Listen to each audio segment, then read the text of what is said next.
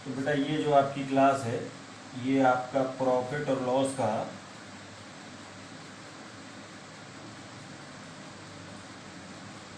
Part जो है तीसरी क्लास है। ठीक है बेटा। अब इस तीसरी क्लास में अगर आप देखें तो पिछली क्लास में आपके जो क्वेश्चंस हैं वो कहाँ तक हो गए थे, वो 12 नंबर तक हो चुके थे। ठीक है, 12 के बाद हम लोग 13 नंबर से स्टार्ट करेंगे, याद है ना। 13 नंबर से स्टार्ट करेंगे। 13 नंबर क्या है कि यदि क्रय मूल्य और विक्रय मूल्य का अनुपात, यदि क्रय मूल्य व विक्रय मूल्य का अनुपात 5:6 है तो लाभ प्रतिशत ज्ञात करें। ठीक है बेटा, ये जो आपका सवाल है ये आपको बताना है। यदि क्रय मूल्य व विक्रय मूल्य मतलब सीपी और एसपी का जो रेशियो है वो 5:6 है। कितना बेटा? 5:6 है। तो आपको बताना है कि लाभ प्रतिशत क्या होगा। ठीक है। अच्छा बेटा ये बताओ, इसको खरीदा कितने में? 5 में। बेचा कितने में? 6 में। सीपी एसपी ये तो भाई लैंग्वेज का वो हो गया, लेकिन आप ये बताओ अगर सीधा सीधा पूछा जाए क्रय मूल्य मतलब खरीदना कितने में खरीदा है? 5 में खरीदा है। बेचना कितने में है? 6 में। तो अगर मैंने 5 की वस्तु खरीदी और मैंने इसको बेच दिया 6 में, तो 5 से खरीद के अगर 6 में बेच देंगे तो क्या हो जाएगा? आपको प्रॉफिट हो जाएगा। कितने का? 1 का। प्रॉफिट कितने का हो जाएगा? 1 का। लाभ हो जाएगा आपको 1 का। अब आपसे पूछा प्रॉफिट परसेंट बताओ, प्रतिशत लाभ बताओ। प्रॉफिट परसेंट बेटा लाभ हुआ आपको कितने का? 1 का। लाभ हमेशा किस पे होता है? लाभ या हानि होती है क्रय मूल्य पर। दूसरी चीज एक और मैंने आपको बताई थी कि अगर ये भी आपको नहीं पता चल रहा कौन क्रय मूल्य है कौन विक्रय मूल्य है, आप ये बताओ लाभ निकालना है, लाभ के लिए छोटी राशि या बड़ी राशि? तो ये भी हमने आपको बताया था कि लाभ के लिए नीचे छोटी राशि रखी जाती है। तो यहाँ क्या रख दो बेटा? 5। और परसेंटेज के लिए कितना? 100। और 5 से ये 100 कट जाएगा तो कितने परसेंट आंसर आ जाएगा? 20% आपका आंसर आ जाएगा। इस प्रकार ये आपका 13वां नंबर सवाल हो गया। अब आप इसका स्क्रीनशॉट ले लीजिएगा, हम दूसरा सवाल इसमें लगाते हैं। तो ये रहा बेटा आपका 14वां नंबर सवाल। 14वें नंबर सवाल में क्या कह रहा है कि किसी वस्तु को विक्रय मूल्य के 2/5 पर बेचने से, अच्छा विक्रय मूल्य मतलब सेलिंग प्राइस है ना, विक्रय मूल्य मतलब सेलिंग प्राइस के 2/5 पर बेचने से, 2/5 पर सेल करने से क्या होता है? 25% की हानि होती है। ठीक है, विक्रय मूल्य और क्रय मूल्य का अनुपात बताएं। अच्छा बेटा एक चीज ये बताओ, लाभ या हानि किस पर होती है? लाभ या हानि हमेशा होती है आपकी क्रय मूल्य पर, मतलब सीपी पर। क्रय मूल्य मतलब सीपी पर होती ना। तो आप ये बताओ सीपी आपको पता नहीं, सेकंड आता है प्रॉफिट आइदर लॉस, या तो लाभ या तो हानि, फिर इसके बाद लास्ट में क्या आता है? Selling price. ठीक, ये यहां तक कोई किसी को समस्या? अच्छा बेटा आप ये बताओ मेरे को, कॉस्ट प्राइस जो है सीपी है, सीपी को आप एक्स मान लो, सीपी को आप क्या मान लो? एक्स मान लो। ठीक है। अच्छा इस पर कितने प्रतिशत की हानि होती बेटा? 25% की हानि होती है। तो 25% की हानि को आप लिख देंगे 75/100। यहां तक कोई दिक्कत? मैंने मान लिया कि सीपी क्या है? एक्स है। Selling price sorry cost price क्या है? एक्स है। इस कॉस्ट प्राइस एक्स के साथ ही इस पर 25% का क्या होना है? लॉस होना है। इफ यदि हम विक्रय मूल्य के 2/5 पर सेल करें। अच्छा विक्रय मूल्य क्या मान लें? विक्रय मूल्य मान लें वाई। विक्रय मूल्य क्या मान लें? सेलिंग प्राइस आप मान लीजिए वाई, और उसका कितना? 2/5। उसका कितना 2/5। ठीक है, तो क्रय मूल्य हमें पता नहीं था, हमने x मान लिया। विक्रय मूल्य हमें पता नहीं था, उसको हमने y मान लिया।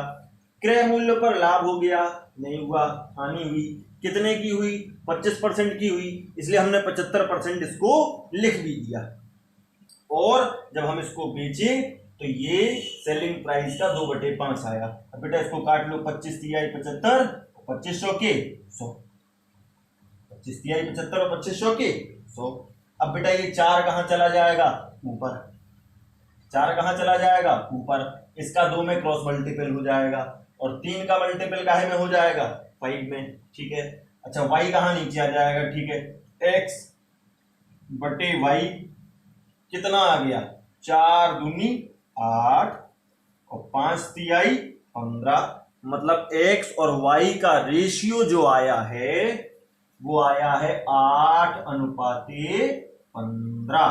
क्रय मूल्य और विक्रय मूल्य, सॉरी आपसे ये नहीं पूछा है, आपसे पूछा है विक्रय मूल्य व क्रय मूल्य का अनुपात। विक्रय मूल्य सेलिंग प्राइस आपने क्या माना था? y माना था। y 15 है, क्रय मूल्य कितना है? 8। तो आंसर आएगा आपका 15:8। आंसर क्या आएगा आपका? 15:8, क्योंकि पूछा क्या गया है आप एक बार फिर से समझ लीजिए। Let the CP B X. ठीक है, हमने ये मान लिया कि विक्रय मूल्य हमारा, सॉरी क्रय मूल्य क्या है हमारा? x है, और विक्रय मूल्य क्या है? y है। क्रय मूल्य पर 25% की हानि होती है। 25% की हानि को आप क्या लिख देंगे?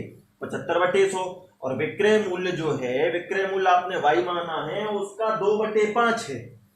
जब विक्रय मूल्य का 2/5 होगा तब क्रय मूल्य पर 25% की हानि होगी।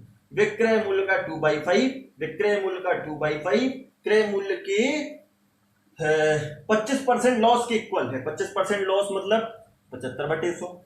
ठीक है, अब बेटा ये 25 से 3 बार, 25 से 4 बार, 4 का 2 में मल्टीपल होगा तो कितना आएगा? 8, और 5 का 3 में होगा तो कितना आएगा? 15। तो x की वैल्यू क्या आ गई? 8। x क्या था? सीपी।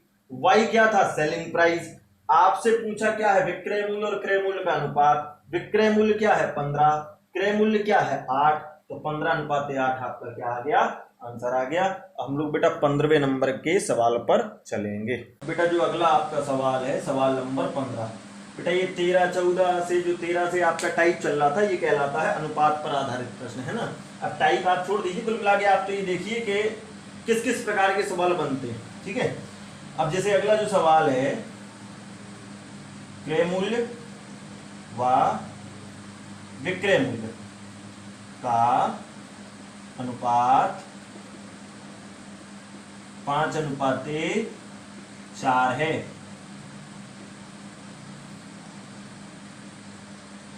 प्रतिशत हानि ज्ञात करें। प्रतिशत हानि ज्ञात करें। क्या ज्ञात करें बेटा? प्रतिशत हानि ज्ञात करें। तो अब जो ये सवाल है ना, ये भी बिल्कुल 13 नंबर के सवाल जैसे ही है, बिल्कुल इजी है। क्रय मूल्य खरीदना, कितने में खरीदा है आपने बेटा? 5 में। कह रहा ना, क्रय मूल्य और विक्रय मूल्य का अनुपात 5:4 है। आपने खरीदा 5 का है, आपने बेचा 4 का है, आपको घाटा हो रहा है। आपको क्या हो रहा है?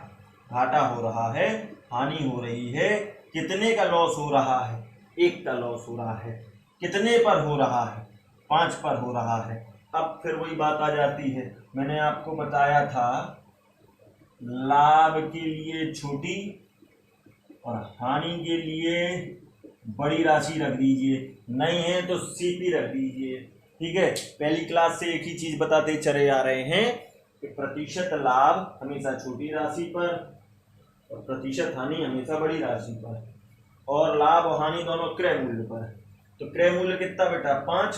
बेचे कितने का? 4 का, 1 का घाटा हुआ। प्रतिशत में बदलने के लिए 100 का गुणा कर दिए, 5 से 100 को काट दिए, कितने परसेंट आंसर आ गया? 20% आंसर आ गया। ठीक है बेटा, तो 20% आंसर आपका आ गया। अब बेटा अगला सवाल हम लोग देखेंगे। ठीक है, अगला सवाल,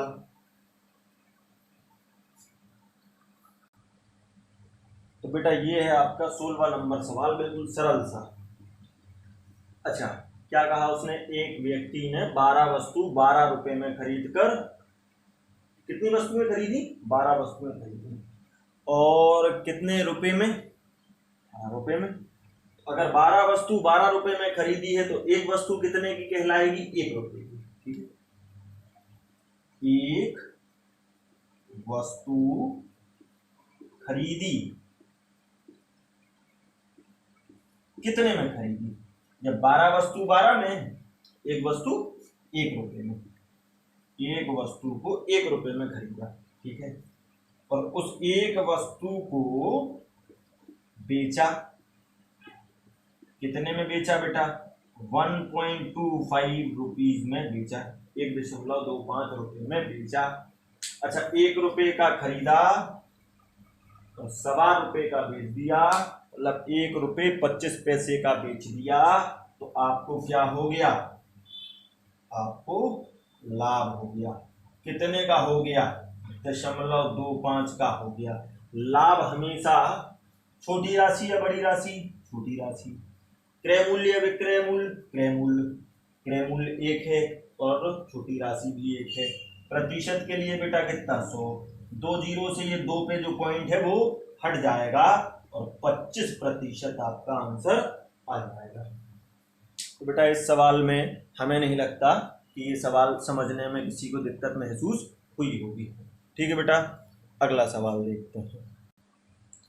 बेटा अगला सवाल जो आपका दिया है, एक व्यापारी 150 रुपए में एक सामान खरीदता है, अतिरिक्त 12% और उस पर खर्च करता है, मेंटेनेंस चार्ज समझ लीजिए, है ना, और 10% का वह लाभ चाह रहा, तो उसका विक्रय मूल्य आपको बताना है। उसका क्या बताना है आपको, विक्रय मूल्य आपको बताना है। ठीक है, तो सबसे पहले तो आप क्या लिखते हैं, क्रय मूल्य लिखते हैं, है ना, सीपी लिखते हैं, क्रय मूल्य या सीपी लिखेंगे सबसे पहले। तो बेटा कितने रुपए का खरीदा गया था इसको, 150 रुपए में खरीदा गया। कितने में खरीदा गया था, 150 रुपए में खरीदा गया था। अच्छा, 150 रुपए खरीदने के बाद इस पे 12% और खर्च किया। तो बेटा जब 12% और इस पे लगाया तो उससे वस्तु का रेट क्या हो जाएगा, बढ़ जाएगा या घट जाएगा, बढ़ जाएगा। जब अतिरिक्त और खर्चा किया जाएगा तो 12% रेट और बढ़ जाएगा, और फिर 10% का उस पर लाभ भी चाहिए। जब 10% का उस पर आप लाभ लेंगे तो कितना हो जाएगा ये बेटा, 110/100, 10% और 110 हो गया। सबसे पहले ये 150 क्या है, सीपी है, एक्स्ट्रा चार्जेस, और ये प्रॉफिट, और इसके बाद जो आएगा वो सेलिंग प्राइस आ जाएगा आपका। आपने 150 रुपए का खरीदा, 12% इस पे क्या किया, और एक्स्ट्रा वही खर्च किया, अतिरिक्त खर्च किया, 10% का लाभ ले लिया। अब जब आप इसको गुणा भाग करेंगे, काटेंगे, है ना, तो ये काटने के बाद, ये काटने के बाद आप अपना आंसर चेक कर लीजिएगा, है ना, आंसर आएगा 184.8 रुपये। ठीक है, गुणा भाग आप कर लीजिएगा, 112, 15, 11 इन सब का मल्टीपल कीजिएगा, 2 जीरो हटाइएगा तो ये 184.8 आपका क्या आ जाएगा, आंसर आ जाएगा। तो बेटा अब हम लोग अगले सवाल की ओर चलते हैं। बेटा ये आपका 18वां नंबर सवाल दिया है कि 630 रुपये में एक वस्तु को बेचने से, 630 रुपये में एक वस्तु को बेचने से 12.5% का लाभ प्राप्त होता है। कितने प्रतिशत का लाभ प्राप्त होता है, 12.5% का लाभ प्राप्त होता है। क्रय मूल्य ज्ञात कीजिए। अच्छा बेटा एक चीज, ये आज जो ये सवाल है इसको लगाने के लिए वैसे अभी तक हम लोग लगा भी रहे थे, हम लोग क्रय मूल्य एक्स मान ले रहे थे, है ना, क्रय मूल्य क्या मान ले रहे थे, एक्स मान ले रहे थे। 12.5% है, 112.5 करके आप लोग इसका आंसर निकाल ले रहे थे। लेकिन अब थोड़ा सा हम लोग इसको अपग्रेड कर रहे हैं एक रेशियो मेथड से, है ना, रेशियो मेथड से। अब ये रेशियो मेथड क्या है, रेशियो मेथड इसलिए मैं आपको बताना चाह रहा हूं क्योंकि ये जब आप एसआई और सीआई पढ़ेंगे ना, उसमें आपको बहुत जरूरी ये पड़ेगा उसमें, क्योंकि आपको ये बेसिक जानकारी होनी चाहिए कि जो फ्रैक्शनल वैल्यू होती ना, फ्रैक्शनल वैल्यू में जो P/Q का फॉर्मेट होता है, जैसे सबसे पहले इसी को लिख लेते हैं 12.5% लाभ, ठीक है। इस 12.5% को अगर हम लोग चेंज करेंगे तो ये 12.5 और बटे में बेटा कितना 100, और ये वाला पॉइंट हटेगा तो नीचे क्या लग जाएगा, एक 0 लग जाएगा। यहां तक कोई भी समस्या नहीं है। अच्छा बेटा ये 125 से कटेगा तो एक बार, और ये 125 से कटेगा तो 8 बार। अच्छा अब ये बेसिक सा फंडा है कि जो ये नीचे है ना, ये आपका सीपी है, ये आपका क्या है, क्रय मूल्य है। क्योंकि जो ये 12.5% का लाभ प्राप्त हो रहा है, ये नॉर्मल कंडीशन क्या होती है, जब ये 12.5% का लाभ या हानि हमेशा किस पे मिलता है, क्रय मूल्य पर मिलता है, ठीक है। तो ये नीचे वाला क्रय मूल्य है और ऊपर वाला क्या है, आपका लाभ है, ठीक है। मतलब आपने खरीदा 8 का या 8x का, आपने खरीदा कितने का, 8x का, और बेचा आपने कितने का, लाभ आप बताइए पहले, तो ये बताइए आप, एक है ना लाभ, 8x का खरीदा है, 1x क्या लिया, लाभ लिया, तो टोटल बेचा है हमने 9x में, मतलब विक्रय मूल्य जो सेलिंग प्राइस है आपका वो 9x हो जाएगा। लेकिन यहां तो बता के रखा बेटा 630 रुपए में बेचा गया, कितने रुपए में बेचा गया, 630 में। इसका मतलब ये जो 9x है वो 630 के क्या है, बराबर है। ये 9x किसके बराबर है, 630 के बराबर है। और 9 से जब ये काट देंगे तो 9 सत्ते 63, मतलब x की वैल्यू क्या आ गई, 70 आ गई। x की वैल्यू क्या आ गई, 70 आ गई। हमसे पूछा गया है क्रय मूल्य बताइए, क्रय मूल्य कितना है बेटा, 8x है ना, 8 इंटू 70, 8 गुणे 70, मतलब कितना 560। ये आपका क्या आ गया, आंसर आ गया।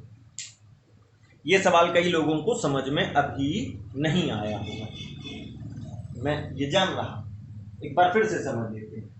630 रुपए में एक वस्तु को बेचने से अगर ये रेट बेचने वाला है मतलब ये विक्रय मूल्य है, ये बेचने वाला रेट है मतलब ये विक्रय मूल्य है, 12.5% का लाभ होता है, इसमें कोई दिक्कत नहीं, 12.5% था बटे 100 कर दिया, पॉइंट हटाया, 0 लगा दिया, 125 से 1000 कट गया, 1/8 आ गया, ऊपर x नीचे x लिख लिया, 8x नीचे मैंने बता दिया आपको कि क्रय मूल्य ही होता। क्यों होता, क्योंकि लाभ हमेशा क्रय मूल्य पर मिलता है, हानि भी हमेशा क्रय मूल्य पर मिलती है। अगर वो कह देता कि विक्रय मूल्य पर है तब हम मान लेते कि भाई विक्रय मूल्य है, लेकिन यहाँ पर तो जो 12.5% का लाभ है वो स्पष्ट तौर पर क्रय मूल्य पर दिया जा रहा है। अब बेटा क्रय मूल्य पर अगर 1x का फायदा है, 8 का हमने खरीदा, 1 का लाभ लिया, तो टोटल कितने का बेचा, 9 का बेचा। लेकिन ये 9 कितने के बराबर है, 630 के बराबर है। क्यों, ये भी सेलिंग प्राइस है और ये भी, ये बाई रेशियो, ये अनुपात के आधार पर ये विक्रय मूल्य है, ये रुपए के आधार पर विक्रय मूल्य है। 9 से ये काट दिया तो सिंगल 1 यूनिट की वैल्यू, इसको कई लोग जो थोड़े से पढ़े लिखे होते हैं उसको 1 यूनिट इक्वल टू 70 लिख देते। फिर क्रय मूल्य आपको सीपी निकालना है तो 8 यूनिट की वैल्यू कितनी होगी, तो 8 इंटू 70 कितना हो जाएगा, 560। अगर केवल लाभ निकालना होता तो बेटा 70 आ गया था। कोई दिक्कत इसमें, एक सवाल और देखते हैं, अगला सवाल देखते हैं, ठीक है बेटा। एक सवाल और इसी को देखते हैं, इसको रफ कर देते हैं पहले, तो इसको आप अभी कर दीजिए रफ, और अभी बताइए अगला 19 नंबर जो सवाल है, 19 नंबर सवाल ऐसा है कि 1470 रुपए में, 19 नंबर सवाल है कि 1470 में बेचने से 16/2/3% का लाभ होता है। 16/2/3% का लाभ होता है, ठीक है। कितने का लाभ होता है, 16/2/3% का लाभ होता है। वस्तु का क्रय मूल्य ज्ञात करें, सेम वही क्वेश्चन है। हमने इसको बेचना है कितने में, 1470 में बेचना है, मतलब 1470 क्या है आपका सेलिंग प्राइस है, और इस पे लाभ कितने का हो रहा है, 16/2/3% का। ठीक है, अब पहले तो ये 16/2/3% को आप रिजोल्व कर लीजिए। जो फ्रैक्शनल वैल्यू या परसेंटेज वैल्यू जिनको याद नहीं है तो वो याद भी कर लें। 16/2/3% को जब आप हल करेंगे तो 16×3 = 48 और 2 50/3, और प्रतिशत के लिए 100, ये 50 से काटेंगे तो 50 से कितनी 2 बार कटेगा, मतलब कुल मिलाकर ये इसका वैल्यू आ जाता है 1/6। इसका वैल्यू कितना आ जाता है, 1/6। और जैसा कि अभी मैंने आपको बताया, ये नीचे वाला क्या है, क्रय मूल्य है, सीपी है, ऊपर वाला लाभ है, भाई दे रखा लाभ। तो आप ये बताओ, 6 का खरीदा, एक फायदा लिया, कितने का बेचना चाहिए। 6 की वस्तु खरीदी, 1 रुपये उस पर फायदा चाहिए, तो 7 का बेचोगे। 7 बराबर कितना, 1470। 7 दूनी 14, 7 एकम 7 एक 0, तो एक्स की वैल्यू कितनी आ गई, 210। ऊंचा क्रय मूल्य है, क्रय मूल्य मतलब 6x, ये है ना क्रय मूल्य, ये है ना क्रय मूल्य। तो 6 × 210 1260, ये आपका क्या आ गया, आंसर आ गया।